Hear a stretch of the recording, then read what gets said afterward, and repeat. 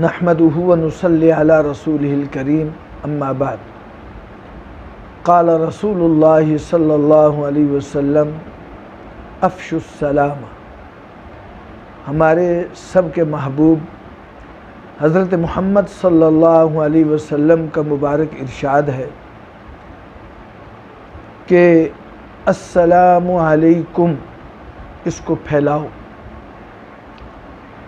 یہاں تک حکم ہے کہ اگر دیوار درمیان میں آ جائے اور دوبارہ آمنا سامنا ہو جائے تو امن کا پیغام دو۔ یہ ایک امن کا پیغام ہے، یہ محبت بانٹنے کا پیغام ہے۔ اس سے محبتیں بڑھتی ہیں، نفرتیں ختم ہوتی ہیں۔ مسلمانوں کو اللہ رب العزت نے یہ ایک انمول تحفہ عطا فرمایا ہے، لیکن آج کل دیکھنے میں یہ آ رہا ہے کہ سلام کی جگہ لوگ سلوٹ مارتے ہیں، تو یہ مسنون عمل نہیں ہے اور اس پر وہ اجر و ثواب کا وعدہ نہیں ہے، اور یہ مسلمانوں کا شعار اور طریقہ بھی نہیں ہے۔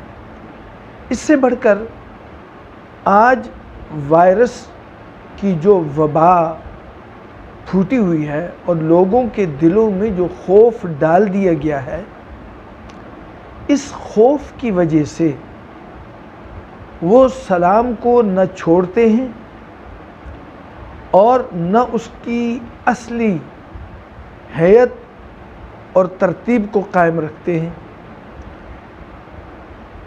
بجائے اس کے کہ وہ مسنون طریقے سے السلام علیکم ورحمۃ اللہ وبرکاتہ۔ دیکھا گیا کہ آج بعض لوگ ایک دوسرے کی کونی سے کونی ملاتے ہیں مصافحے کی جگہ، بعض پاؤں سے پاؤں ملاتے ہیں اور اسی کو متعارف کرواتے ہیں۔ یہ یاد رکھنا چاہیے کہ کونی سے کونی ملانی، پاؤں سے پاؤں ملانا، یہ مصافحہ کا بدل ہو جائے ایسا نہیں ہے، بلکہ یہ اس سنت عمل کی تحقیر اور توہین ہے۔ آپ اگر کسی سے ملنا چاہتے ہیں تو فقط السلام علیکم ورحمۃ اللہ وبرکاتہ آپ کہہ دیتے ہیں تو آپ کا سلام مکمل ہے۔ اضافی طور پر جو آپ کسی سے ہاتھ ملاتے ہیں تو وہ ایک اضافی سنت عمل ہے اور اس کو بگاڑنا یہ گناہ ہے۔ لہٰذا خصوصاً وہ لوگ جو مصافحہ کی سنت کو بجا لانے کی